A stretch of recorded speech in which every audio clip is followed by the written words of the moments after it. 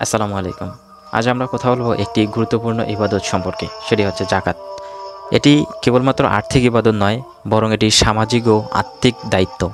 আজ আমরা আলোচনা করব জাকাত আদায়ের উপকারিতা, যা আমাদের ব্যক্তিগত জীবন এবং সমাজে অপরিসীম প্রভাব ফেলে। আল্লাহ সুবহানাহু ওয়া তাআলা বলেন, তাদের ধন সম্পদ থেকে সাদকা গ্রহণ করুন, এর দ্বারা তুমি তাদের পবিত্র করবে ও তাদের পরিশুদ্ধ করবে। সূরা আত-তাওবায় আল্লাহ তাআলা তাদেরকে এই আদেশ দেন।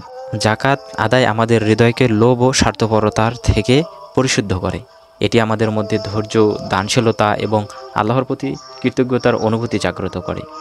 জাকাত দানের মাধ্যমে ধনী ও দরিদ্রের মধ্যে যে একটি ভারসাম্য রয়েছে, সেটা তৈরিতে মজবুত ভূমিকা রাখে।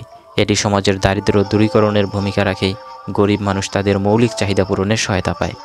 অর্থনীতিতে এটি একটি প্রবাহ সৃষ্টি করে, কারণ জাকাতের অর্থ পুনরায় সমাজে বিনিয়োগ হয়। যেমন একটি পরিবারে যদি খাদ্য, চিকিৎসা বা শিক্ষা না থাকে, তখন জাকাত তাদের সেই চাহিদা পূরণ করতে সহায়তা করে। জাকাত আদায়ের একটি ঐক্যবদ্ধ ও সহানুভূতিশীল সমাজ গড়ে তোলে।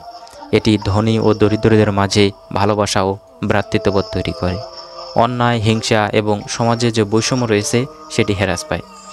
রসুল সাল্লাল্লাহু আলাইহি সাল্লাম বলেছেন, ধন সম্পদে গরিবদের হক রয়েছে। আমাদের সম্পদ আমাদের জন্য আখিরাতে সাক্ষী দেবে। রসুল সাল্লাল্লাহু আলাইহি সাল্লাম বলেন, জাকাত সম্পদকে ধ্বংস হওয়া থেকে রক্ষা করে। সহিহ বুখারীর একটি হাদিসে এরকম একটি হাদিস বর্ণনা রয়েছে। জাকাতের মাধ্যমে আমরা আল্লাহর সন্তুষ্টি অর্জন করতে পারি এবং জান্নাতের পথে অগ্রসর হতে পারি।